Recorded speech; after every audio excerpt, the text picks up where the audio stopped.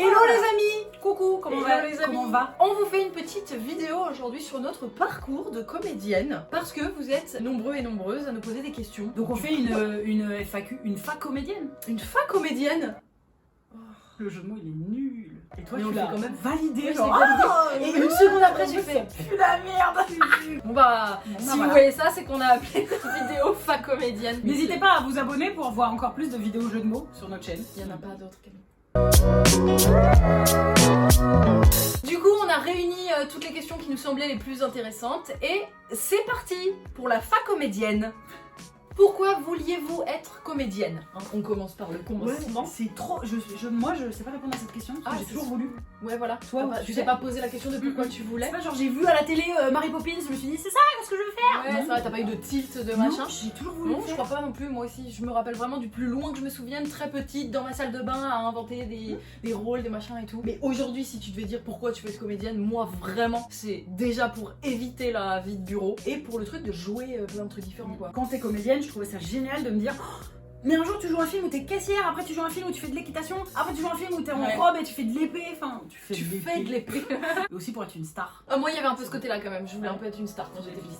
Vos parents ont pris comment quand vous leur aviez annoncé que vous vouliez être comédienne? Très bien, pour toutes les deux. Hein. Ouais, quand j'étais petite, j'ai essayé de faire du foot, du basket, du cheval, de la natation. Y a rien qui se passait bien, parce que c'est pas mon truc en fait le sport. Jusqu'à ce que je fasse du théâtre et c'est la seule activité, genre j'ai commencé à 12 ans que j'ai... Ça y est, c'est bon, j'ai continué à le faire. Du coup, c'était assez facile de dire je vais être comédienne. Ouais. C'est que ça qui m'intéresse. En plus, j'ai pas fait genre allez tous je vais faire foot, je veux être comédienne, je m'en vais de la maison à 16 ans avec mon baluchon et je monte à Paris, être une star. J'ai dit ok, je passe mon bac. Après je vais faire un peu des études, j'ai passé un diplôme, après je suis allée voyager, j'ai dit c'est bon maintenant j'ai 21 ans, je veux bien aller au théâtre.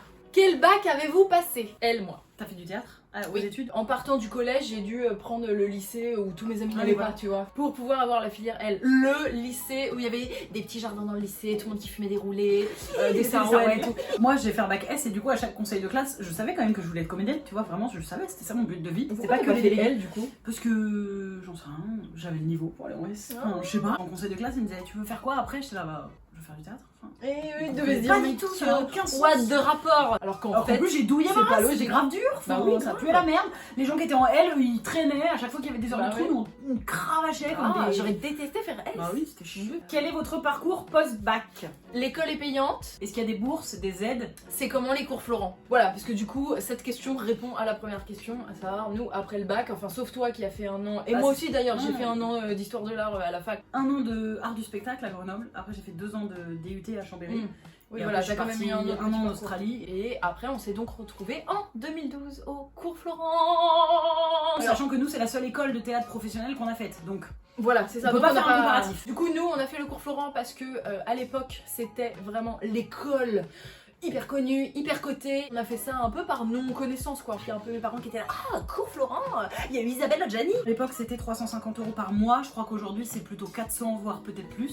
Mais du coup je sais pas s'il y a des bourses ou des aides. S'il y a un truc que je sais, c'est qu'il y a certaines personnes qui, quand elles sont un peu amies avec l'administration, en tout cas à l'époque où nous on y était, qui négociaient avec l'administration. négociaient Mais pour ça pas payer. tu le sais pas quand toi t'es pas ami avec l'administration. Non, Mais mais- les autres, eux, ils ont une année offerte ou Mais 3 du mois coup, ça, gratuits. c'est- Je sais ça, pas pourquoi, une réduction, Ouais. oui, paye que... Ça, c'est l'image cachée des cours Florent dont on peut un peu vous parler. De mon avis, je vous le dis en franchise, je vous recommande pas le cours Florent. C'est très cher, il y a énormément de monde, c'est très péteux. C'est une usine Afrique, vraiment, qui va te faire payer des options supplémentaires. Ça peut être très destructeur pour plein de gens. On est une trentaine par classe, alors que de base, il y a 9 heures de cours par semaine. Donc autant te dire que le ratio, il fait que si tu n'es pas... de 3 heures. Si donc, tu n'es pas le ou la préférée de ton prof, tu ne passeras jamais sur scène, on s'en battra les couilles de toi, tu seras exclu, tu seras sur le côté. Et pourtant moi je dis ça alors que j'étais plutôt dans les préférés de mes professeurs à l'époque et du coup je passais tout le temps, on s'occupait de moi, on me donnait même un peu des cours particuliers en c'est soumission que ça, pour passer vraiment, l'intégrale. s'il y a un truc, les cours Florent, c'est que c'est si sneaky. vous y allez, il faut jouer le jeu à fond. C'est-à-dire, il faut se mettre bien avec l'administration, avec les profs, avec les autres élèves. Et du coup, pour avoir fait autre chose, j'ai fait le conservatoire du 13e en sortant de Florent. Je conseillerais un conservatoire d'arrondissement à Paris. Beaucoup plus intéressant, beaucoup plus à l'écoute, et il y a beaucoup moins d'élèves, les profs sont canons vraiment. Il y a aussi quelqu'un qui nous a demandé comment tout avait commencé entre nous. Qui va du coup être l'avantage des cours Florent, parce que si on n'avait pas été à Florent, on se serait jamais rencontrés et donc on serait pas genre les stars de YouTube que l'on est aujourd'hui. Moi, mon point de vue, c'est quand même un peu, on avait beaucoup de mal à s'intégrer dans ce monde péteux et on était Et bavardes. on était Mais oui, vraiment mais bavardes. justement, on était bavardes Oui. parce qu'on avait le On seum en un avait peu marre. aussi. Et du coup, on était beaucoup pipelettes et de fil en aiguille, on est resté pipelettes. Le milieu du travail lorsqu'on sort des cours Florent. Bah, c'est de la merde. Ce qu'on nous avait dit au début, c'est la réalité. Tout le monde ne devient pas acteur ou actrice. En fait, en sortant de Florent, t'as créé des fois des spectacles au sein de l'école, donc on a continué à les jouer et pour ce faire, bah en fait, c'est simple. Toc toc, vous êtes un théâtre, on voudrait bien jouer chez vous. Le théâtre te répond, bah oui, bien sûr, donnez-moi 5 000 € et vous pouvez jouer une fois par mois, tous les mardis. Et nous, on dit, ah bah c'est super. Et à la fin, le théâtre, il dit, bon bah vous avez pas assez rempli, vous nous devez encore 2 000 €. Et là, tu te fais les poches, tu payes 2 000 € parce que t'as travaillé pendant 6 mois. Donc ce qui se passe en sortant de Florence, c'est que tous tes rêves retombent un peu en général, hein. Sauf quand tu t'en sors très bien. Alors on va pas se mentir, les clichés sont là, hein. Quand tu es la fille de machin, le fils de machin, le cousin de truc, Ça t'aide. Il y a quelques personnes qui ont un coup de chance aussi sur un casting. De un chance, truc. mais c'est ce que j'allais dire, Voilà. de la chance et du hasard. Bien que Ouais. le travail paye aussi, je pense. Et du coup, parce que ça c'est aussi une question qu'on a beaucoup, c'est par rapport au casting. Quand tu es une personne lambda, tu ne sais même pas quand il y a des castings qui sont en cours. Si t'as pas d'agent, soit éventuellement t'as accès aux annonces pour de la figuration. Ou alors, comme nous, t'es dans des agences de pub qui te proposent régulièrement des castings pour McDo ou Quick. Moi j'ai l'impression là d'être sur une pente où 7 piges de galère, vraiment j'avais pas d'argent, j'avais pas le statut, j'avais pas assez de projets et tu te mets dans des projets bénévoles et tu rames et tout ça. J'ai l'impression qu'aujourd'hui je commence à avoir les petits retours et encore, il y a le Covid. Qui est venu tout niquer. En tout cas c'est long, genre, c'est long ça mère.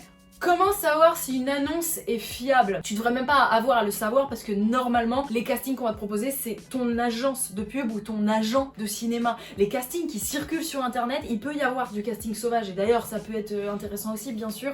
Mais vraiment, enfin, c'est terrible, mais on est dans un monde où on va vous dire, surtout aux meufs, de se méfier. Encore il y a pas longtemps, il y a une affaire d'un mec qui faisait des castings pour prendre des meufs en photo et il est tombé pour je sais pas combien de plaintes de viol contre lui, bref. Si c'est un casting où ils disent dedans il y a une scène de nu ou en maillot de bain ou quoi, jamais de la vie on envoie des photos dénudées à une annonce de casting. J'irais même jusqu'à dire jamais de la vie à un premier casting, une première rencontre avec un réel, tu te mets à poil ou tu fais des trucs comme ça. Une fois j'étais, je crois, à une annonce de casting que j'avais trouvé louche, j'y suis pas allée seule, j'avais demandé à un pote de venir avec moi. Ouais, carrément. Et c'était dans un appart et tout, et voilà, ne pas y aller seul, on a le droit. Suis ton intuition. Suis ton intuition. Déjà. Yes, forever. Demande sur les forums et tout. Moi, des fois, ça m'est déjà arrivé si une annonce paraît louche ou quoi, tu la tapes dans Google et des fois, dans les premières réponses, tu vas avoir attention à ce truc-là, c'est une arnaque. Je me souviens d'un mec qui m'avait appelé. J'étais dans le train. Oui, pour un rôle, je comprenais même pas qui c'était, ça captait pas très bien. Et il dit, je voudrais qu'on fasse un Skype. Je dis mais non, là je suis dans le train, il dit d'accord, et en rentrant, je dis mais je rentre à 23h, il dit d'accord, bah, moi ça me va. Mais on était dimanche. Ah, c'est un horaire. 23h, il voulait faire un Skype, et quand j'ai dit j'étais pas dispo, il était grave énervé. Je crois que. Ah ouais, t'es qui toi? Bah je crois ça pue de la Ah ouais, ça pue du cul, ouais. Ce qu'on fait aujourd'hui, est-ce qu'on arrive à vivre de notre métier ou est-ce qu'on a encore un job à côté? Je fais quelques extras dans la restauration en gros pour assurer mes arrières de temps en temps car c'est assez aléatoire notre live sur YouTube même si ça commence à être un peu plus régulier. Je vous remets la vidéo de quels sont nos salaires sur YouTube, ça commence à avoir une petite ampleur qui peut payer nos loyers quoi. Croyez pas, on est riche comme jamais mais voilà. J'ai été pionne pendant un temps et après j'ai eu la chance de pouvoir donner des cours d'impro, ce qui m'a permis d'avoir un boulot à côté, mais c'était quand même un boulot en rapport avec le théâtre. J'ai réussi à avoir le statut d'intermittente, mais maintenant la question c'est vais-je le garder? Disons qu'on a encore aussi pas mal de petits projets bénévoles quoi. Ça. Moi j'ai tourné dans un cours cet été, c'était bénévole. Les comédiens et les comédiennes ils sont aussi très souvent la dernière roue du carrosse, ceux qu'on paye pas parce que voilà, on sait pas trop pourquoi. Bah parce qu'ils ont trop faim, ils ont envie de bosser en fait, on est vraiment On dépassé. est trop nombreux quoi. T'as plus envie de travailler que d'être payé. Vous avez joué dans quoi d'un peu connu? Bah Camille et Justine. Tu connais pas? Je déteste quand on me pose cette question. C'est horrible parce que d'un coup j'ai l'impression que mon métier, que je fais pas bien mon métier. T'es actrice? T'as joué dans quoi de connu? Mais c'est rien. J'ai jamais fait tellement de télé, bateau, j'ai jamais fait de film au cinéma, j'ai rien fait de connu. Par contre j'ai fait des trucs cool. Moi j'ai fait de la figure dans plein de trucs connus. Mais que de la figure. J'ai fait de la figure dans un clip de Nekfeu, figure dans le film de Nicolas Bedos. Raconte la scène. Il jouait un professeur de philo ou je sais pas quoi genre et toutes les meufs devaient être amphibieuses de lui. Donc on était toutes dans un amphi et on devait être comme ça. Et du coup les indications de jeu toute l'après-midi c'était baver sur Nicolas Bedos tellement il vous fait bander. Est-ce que votre chaîne YouTube vous a donné plus d'opportunités? Est-ce que le métier de youtubeuse influenceuse est lié au métier de comédienne? Je sais pas si les deux métiers sont forcément liés, tout ce que je sais c'est que nous on en met dedans nous quoi. On a forcément mis notre énergie de comédienne dans nos vidéos. En tant que consommatrice de YouTube, il y a des gens que je regarde dont j'aime le propos mais qui n'ont vraiment aucun charisme et aucune portée vocale et j'arrive pas à les écouter. Et du coup, pour aller même un peu plus loin, les youtubeurs et youtubeuses qui, au-delà de faire des vidéos face cam, qui font de la fiction, là, ça c'est un truc qui nous... Ouais, là par contre, nous, ça nous gêne. Ce que je veux dire, j'ai même pas fini la phrase. Pardon. Si ils ne sont pas acteurs et actrices. Oui. Bah, parce que c'est pas le fait de vouloir faire Oui, de la oui, fiction. non, c'est quand même un métier. Bah, Enfin, ça je- reste un métier, un talent et une formation en vrai. YouTube, enfin notre vie sur YouTube m'a pas donné d'opportunité dans ma carrière de comédienne Perso, mais par contre, ça nous a donné des Mais voilà. opportunités de réaliser Go, de gagner des concours, de gagner des Exactement. sous, De rencontrer plein de gens. Mais je crois pas que ce soit un chemin, c'est-à-dire que je suis pas sûre que le pont soit très facile entre les deux. Je sais pas si ça nous sert d'être youtubeuse. Je sais pas si ça va pas nous desservir justement par rapport à des agents de cinéma ou des réalisateurs ou réalisatrices qui probablement. nous verraient pas dans du jeu pur. Et c'est ça qui est pour le Mais coup c'est c'est dommage. aussi... D'ailleurs, une question qu'on nous pose grave souvent, genre, mais en fait, vous êtes comédienne? Oui. Oui. Oui, on À est la base, oui. comédienne à la base des bases. Qu'est-ce qui est le plus dur dans ce métier? Avez-vous voulu tout abandonner? Y a-t-il du sexisme dans ce milieu? Moi, je vais direct répondre à y a-t-il du sexisme dans ce milieu? Y a-t-il pas de sexisme dans certains Dans un milieux? milieu. Un petit truc qui me vient, qui moi m'a vraiment saoulé, notamment au début quand je voulais répondre en tout cas à des annonces de casting, c'est très souvent par exemple écrit recherche fille jolie. Bah comment on juge déjà Ouais, et du c'est coup horrible. j'ai pas répondu à toutes ces annonces là du coup parce que je me Complètement. considérais, je me dis moi je crois pas Oui, que je suis dans il y les a jolies complètement filles, du coup je fais comment? La grande majorité des recherches, c'est recherche une fille jolie qui taille du 36. Il y a du sexisme aussi tout simplement, qui est pas de la faute forcément des gens de maintenant, mais parce que quand tu arrives en école de théâtre et que tu veux jouer des rôles intéressants, tu ouvres tes livres de théâtre et il y a un rôle de femme sur le livre et 8 de garçons. Merci Molière, merci Shakespeare, Je te merci... jure. De toute façon, quoi, on donne de l'argent. Mais vous voulez quoi comme réponse là? En fait, là, Ça y est, on va s'énerver. tout ça peut m'énerver. Tout l'argent donné par l'État pour faire un film, c'est à Roman Polanski, un violeur, mon pote, vas-y, bouge. Mais, Justement, quand il pose la question de qu'est-ce qui est le plus dur dans ce métier, avez-vous eu envie de tout abandonner? Je Bah, trouve c'est que ça. c'est la réponse à la question. Ouais, C'est clairement, ouais. quoi le plus dur dans ce métier? C'est qu'on a envie d'abandonner C'est que tu tellement fais de ça, quoi. fois. T'es maniaco-dépressif, Voilà. genre vraiment. C'est ça le plus dur. Il y a vraiment des jours où t'as une détermination de malade et il y a des jours où il y a tout qui redescend quoi. Franchement, Tu dis, pourquoi je fais que ça? Moi, il y a un truc qui me déprime particulièrement, qui va répondre aussi au sexisme, c'est que j'ai eu beaucoup de propositions de projets super cool dans ma vie par des mecs qui en fait voulaient juste me ken. Donc, J'espère qu'ils se reconnaîtront. Vous êtes j'espère trop forts. que J'ai eu cette problématique qui m'a suivi des années qui me suit vraiment encore un peu. J'ai beaucoup de mecs qui veulent me proposer du travail et comme moi j'ai faim de boulot et que je Mais kiffe. pas de.